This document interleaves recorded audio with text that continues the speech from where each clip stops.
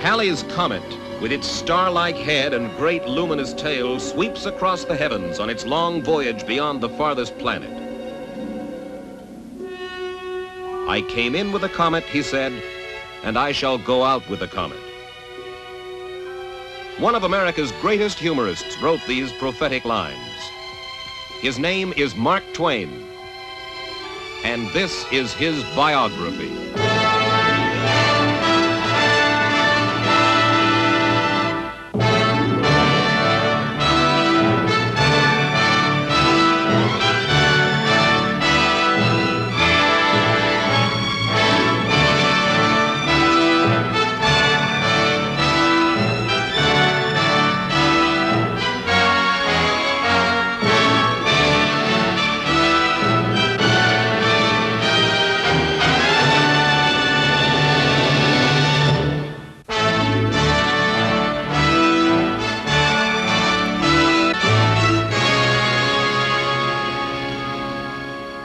I'm Mike Wallace. This is Biography.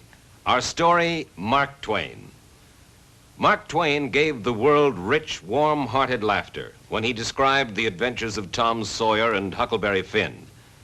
But Twain's books were also laced with cynicism, and at times he was downright insulting to his fellow man. Yet even in his least rollicking moods, there are moments of humor and sympathy. For Mark Twain had an understanding of life given to few men. Mark Twain rests quietly on the porch of his lonely house, an old man watching the dawn of the 20th century. His world has changed. His time is gone. Yet he feels a sense of relief. The title of world's greatest humorist has been a heavy burden. There have been times in his life when he wished there were no Mark Twain, only a Sam Clemens.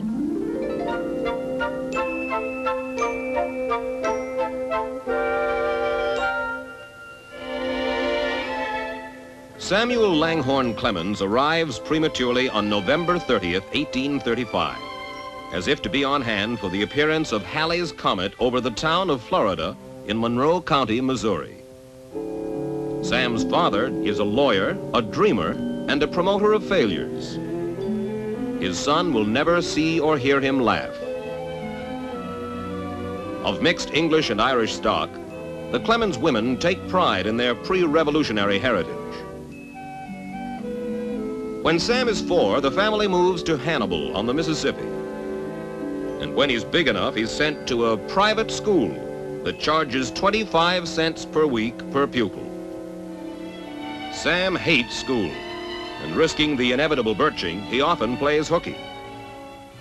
The most important things he learns are not picked up in school, but from life in Hannibal. From the frontiersmen with their hard-headed logic and rough humor. From the pioneers of an expanding America passing through on their way west. He learns from the fantasy world of the traveling circuses with their clowns, caged animals, and brass bands. The bright canvas colors which attract the country folk from miles around.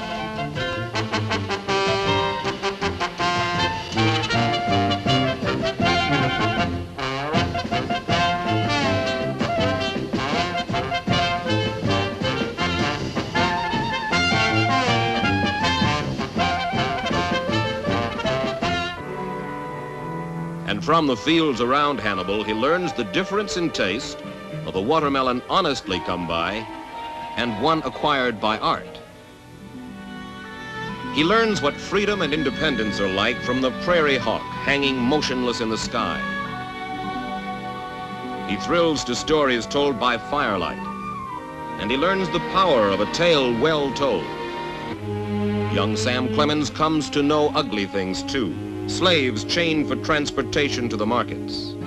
He sees men killed in brutal waterfront brawls, and the boy is troubled by the sight of death and man's inhumanity to man.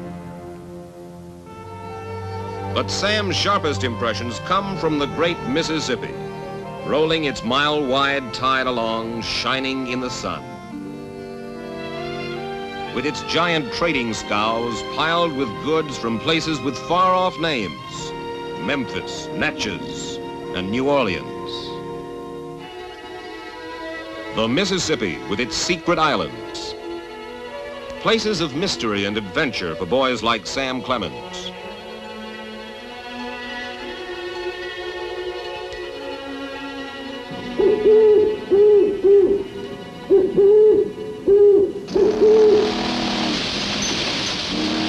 Sam sees the godlike river pilots, and he dreams that one day he too will pilot a steamboat.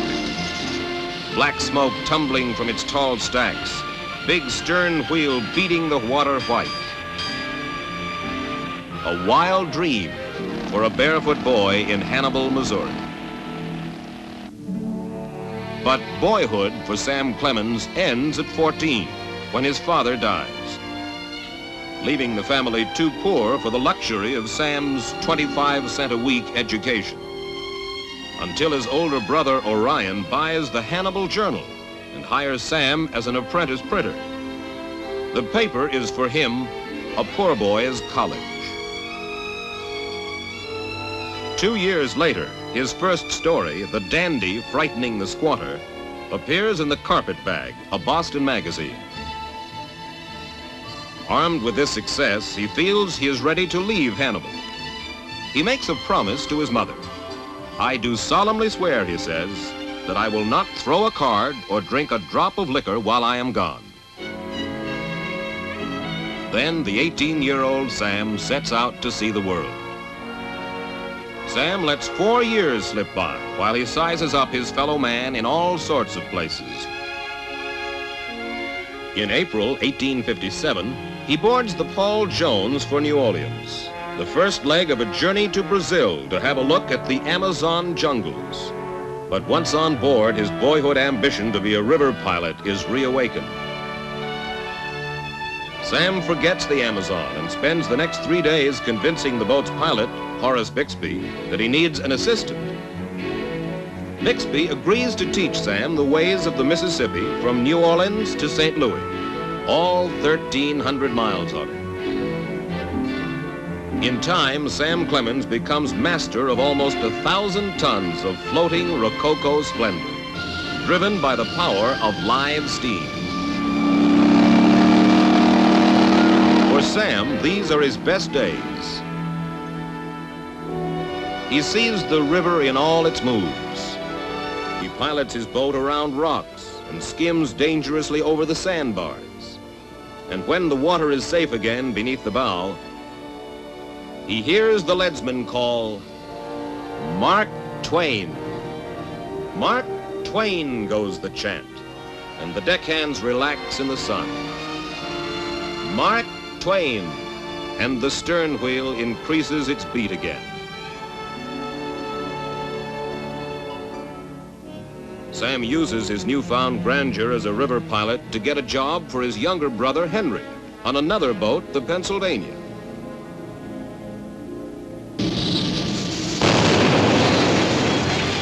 But Henry is killed when the Pennsylvania's boiler explodes. And Sam is heartbroken. He feels he is responsible for his brother's death. 1861.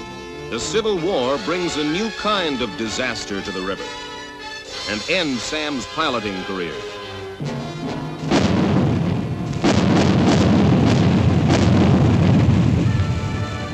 At the age of 25, he gives up the Mississippi and the boyhood dream that came true.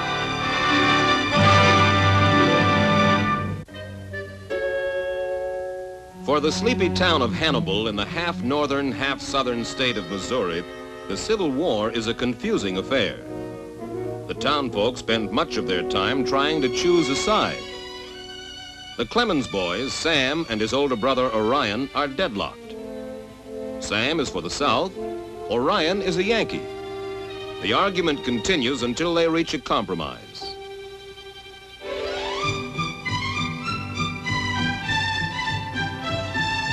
Orion persuades Sam to go west with him, to the new territory of Nevada. On August 19, 1861, the dusty Clemens brothers arrive in Carson City, Nevada. Gold and silver mining are Nevada's industries. drinking and murder its recreations.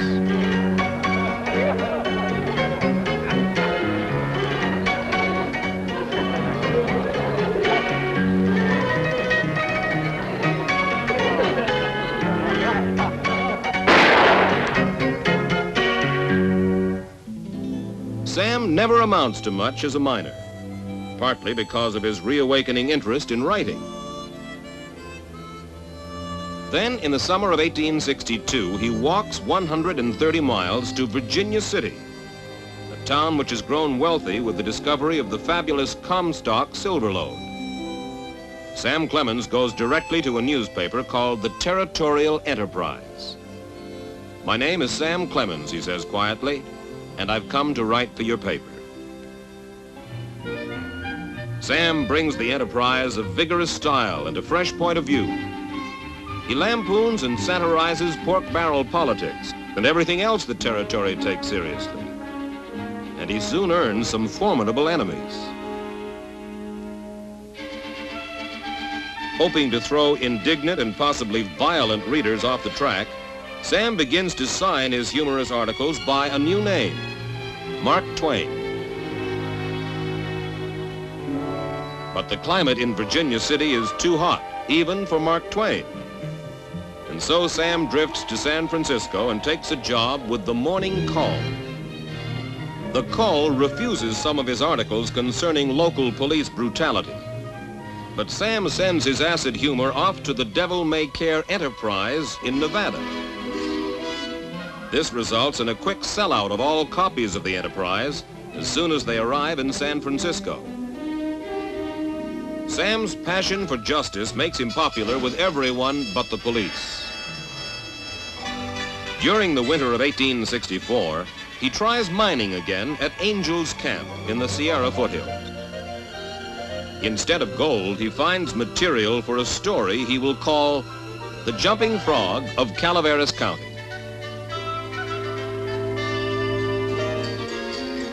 The appearance of the Jumping Frog in the Saturday press sets New York in an uproar.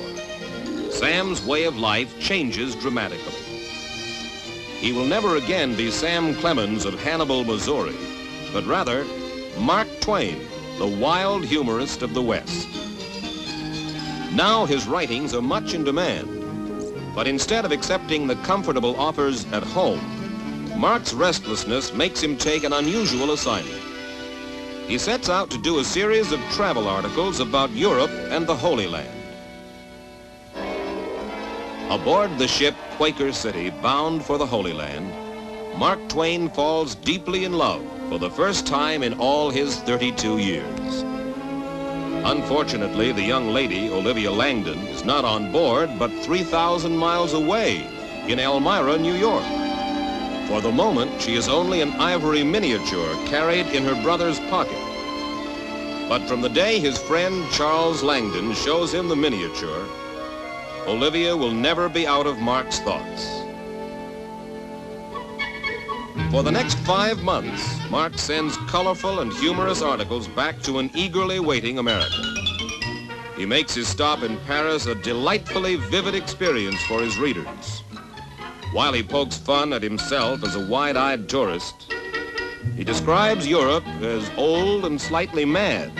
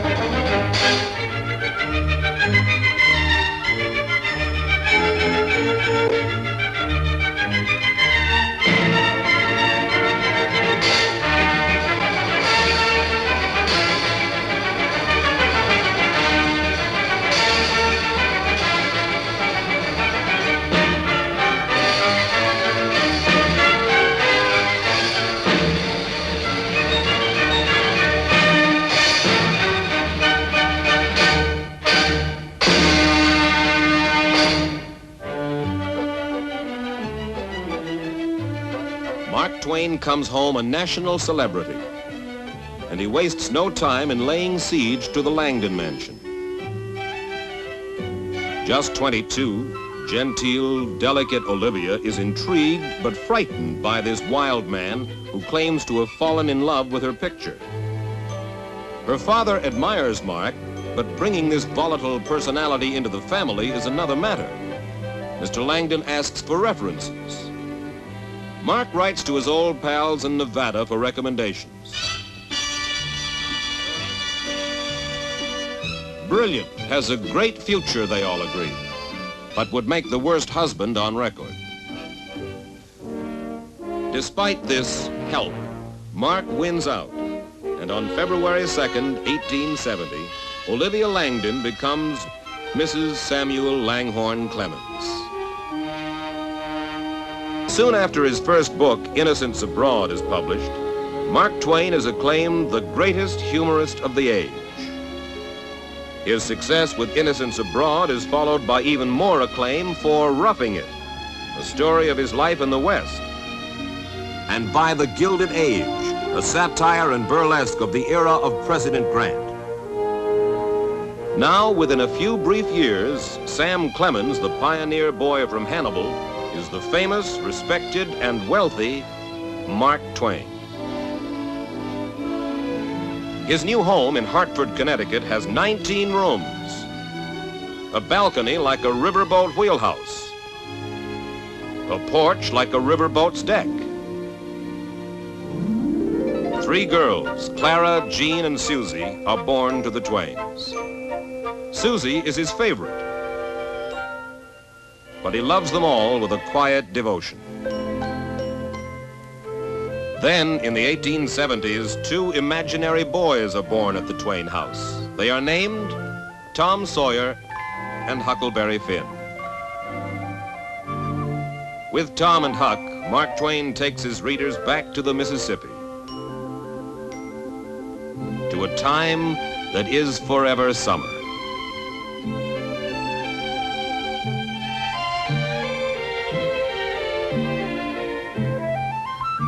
Where small boys will always stand on the riverbank to catch first sight of steamboats with new white paint and polished brass. And the hay in the field smells rich and ready for the wagon.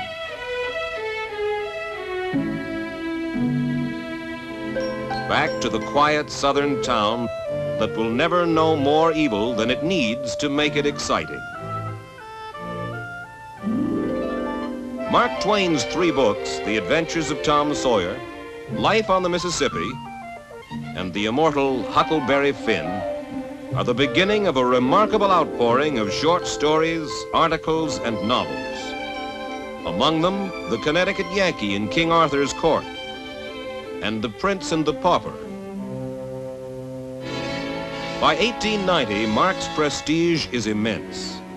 He is listened to and quoted by queens and emperors. In London and Vienna, traffic is stopped to let him pass. Mark is admired by renowned authors like Rudyard Kipling and Robert Louis Stevenson.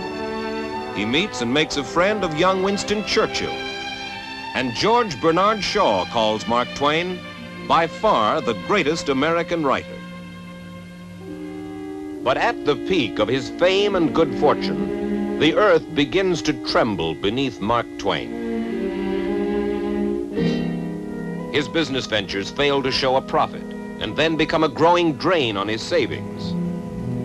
Mark realizes that he has dangerously overextended himself. And for the next year, he works desperately to avoid financial disaster. But it is too late. In 1895, ill, almost 60 now, Mark and his wife Livy leave for a world lecture tour to pay off his creditors. The exhausting trip ends in London, where their daughters Susie and Jean are to join them while Mark writes a book of his travels. But the children do not come. Across the Atlantic, Susie, his favorite, dies of meningitis.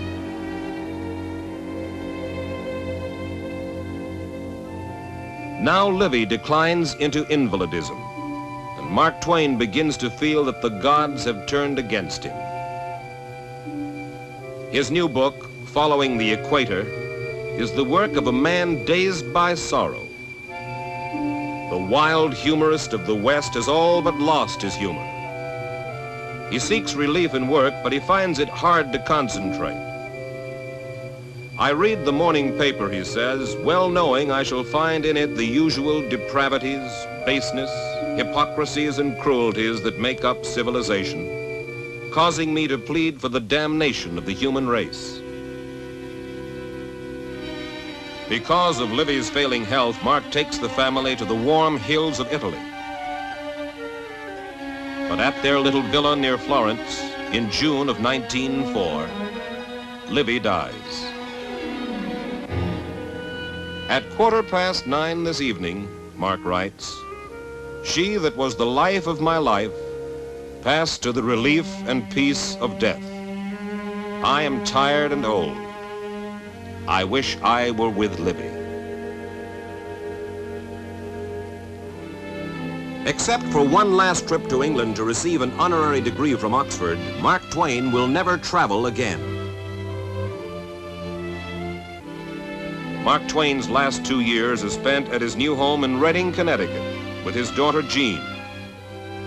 Here, despite recurring heart pains, he smokes as many as 20 cigars a day and restlessly plays billiards until far into the night. Then, on Christmas Day of 1909, Jean Clemens dies of an epileptic convulsion. Well, he says with tragic resignation to a friend, I suppose you have heard of this final disaster. 1910. A lonely Mark Twain watches the close of the first decade of the 20th century. He feels that he has been made to outlive almost everything he has ever loved. But his fighting spirit remains unbroken, and his power with words has not deserted him. He expresses his answer to the questions of life and death in his final work, The Mysterious Stranger. There is no God, no human race, no heaven, no hell. It is all a dream, a grotesque and foolish dream. Man is but a thought, a useless thought, a homeless thought, wandering forlorn among the empty eternities. But these words, written by a Mark Twain, bitter and disillusioned by tragedy, are overlooked and all but forgotten by a world that will be forever grateful for the laughter and warmth of his vintage years. Then on April 20th, 1910, 74 years and 5 months since it passed over the Clemens cabin in Monroe County, Missouri, Halley's Comet appears with its great luminous tail sweeping across the night heavens on its long voyage beyond the farthest planet. I came in with the comet, said Sam Clemens, and I shall go out with the comet. The next day, Mark Twain is dead.